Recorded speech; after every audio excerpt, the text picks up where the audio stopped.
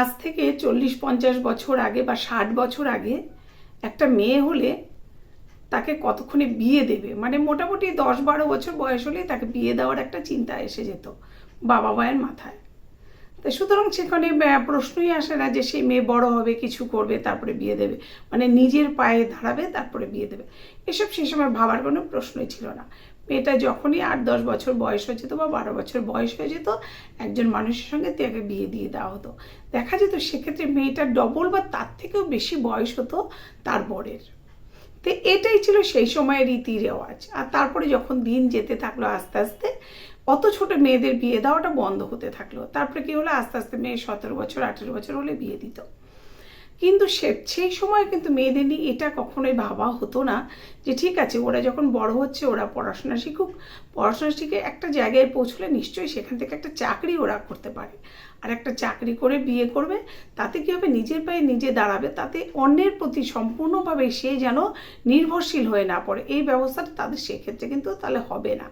কিন্তু যাই হোক, সেসব কিন্তু বাবা মায়ের মধ্যে এইসব চিন্তাভাবনা একেবারেই ছিল না। তাই সেই কারণে সেই সময় কিন্তু মেয়েদের ওই একইভাবে বিয়ে দিয়ে দেওয়া হতো একটা সময়ের পরে। কিন্তু তারপরে সঙ্গে সঙ্গে মানুষের সময়ের সঙ্গে সঙ্গে মানুষের চিন্তাভাবনাটা বদলেছে। বর্তমানে বা আরও অনেকটা আগে থেকেই বাড়ির মানুষের মধ্যে কিন্তু এটা এসছে যে মেয়েরা ঠিক আছে, মেয়েরা বড় হচ্ছে, ওরা পড়াশোনা শিখুক। প্রত্যেকটা মেয়েকে কিন্তু এক একটা মেয়েকে যাতে চাকরি পায় একটা সময়ের পরে, তাদের ঠিক এক একজনকে এক একটা লাইন নিয়ে বাবা মা পড়ায়, যাতে করে মেয়েটা কোনোভাবে কোনো একটা চাকরি জোগাড় করতে পারে। আর সেই চাকরিটা পাওয়ার জন্য তার একটা রাস্তা লাগবে, মানে নিজেকে তৈরি হতে হবে। সেই জন্য সেই মেয়েটাকে কিন্তু বাবা মা সেইভাবে পড়াশোনা শেখায় আর তাকে সেইভাবে তৈরি করার চেষ্টা করে। তো অনেকে কিন্তু এভাবে চাকরিও পেয়ে যায়, আর চাকরি পেয়ে সে নিজের পায়ে নিজে দাঁড়ায়। চাকরি পেয়ে নিজের পায়ে নিজে দাঁড়িয়ে যদি একটা মেয়ে বিয়ে করে, সেক্ষেত্রে কিন্তু মেয়েটাকে পরনির্ভরশীল হতে হয় না। হোক না স্বামী, হোক না বাবা, প্রত্যেকেই একটা সময়ের পর সেই তার কাছে হাত পাতা, স্বামীর কাছে হাত পাতা, যে 10টা টাকা লাগলেও যে আমাকে 10টা টাকা দাও না গো, আমার এই কাজটা করতে হবে। অনেক স্বামী তার কৈফিয়ত চাইবে, এটা দিয়ে তুমি কী করবে যে তুমি 10টা টাকা চাইছো। তো এটা মেয়েটাকে দিতে হয়। কিন্তু সে যদি নিজে একটা কিছু করে, নিজে একটা চাকরি করে, তাহলে তার টাকাটা দিয়ে সে যা ইচ্ছে করতে পারে। যা ইচ্ছে করা মানে সে যা কিছু করবে সেটা নয়, তার প্রয়োজনীয় কিছু বা তার বাবা মায়ের হাতে কিছু টাকা দেয়া, তার যে সমস্ত সমাজসেবামূলক কাজ যদি সে করতে চায় সেটা যে করতে পারে।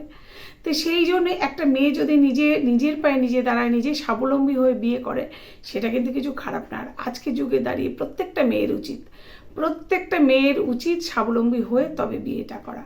আর তাহলে কি হয়, শ্বশুরবাড়ি গিয়ে যদি তাকে কোনো বিপদের মুখোমুখি হতেও হয়, যদি সেখানে সে থাকতে নাও পারে, তার জীবনে সেই চরম দুর্দিন আসবে না যেখান থেকে সে বেঁচে থাকবে কী করে, কী খাবে, কী করবে, এই চিন্তাটার মধ্যে তাকে পড়তে হয়।